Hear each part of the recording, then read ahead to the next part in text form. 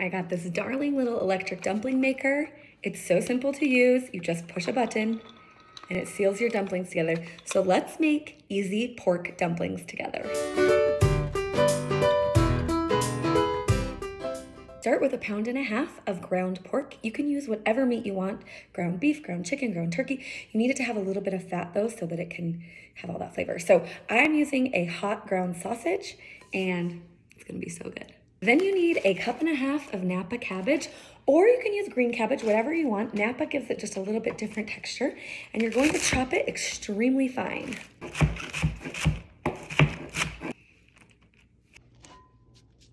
Okay, next we're gonna take 4 green onions, cut the ends off, and then you're just gonna dice these up. I'm gonna cut these ends off too because they're just a little wilted. We'll discard those.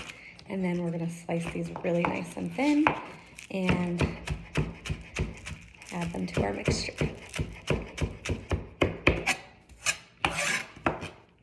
Once you have your cabbage and green onion in, it's time to add all of your sauce ingredients. We're gonna start with some soy sauce. That's about 2 tablespoons. A tablespoon of mirin or rice wine. A tablespoon of sesame oil or toasted sesame oil, your choice. 1/2 tablespoon of minced garlic, 1/2 tablespoon of ginger paste or grated ginger. I get this in the produce section, it's really convenient. 1 tablespoon of sriracha,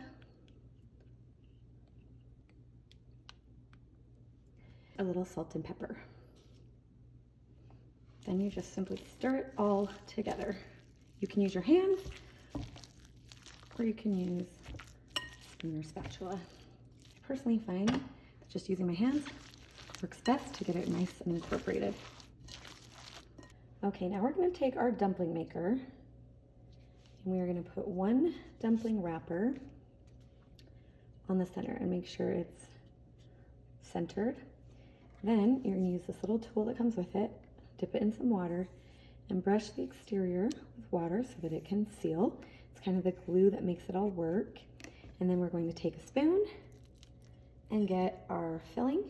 And you really don't need a lot of filling. If you use too much, it's going to make it spill out the edges. So you're gonna put that in, and then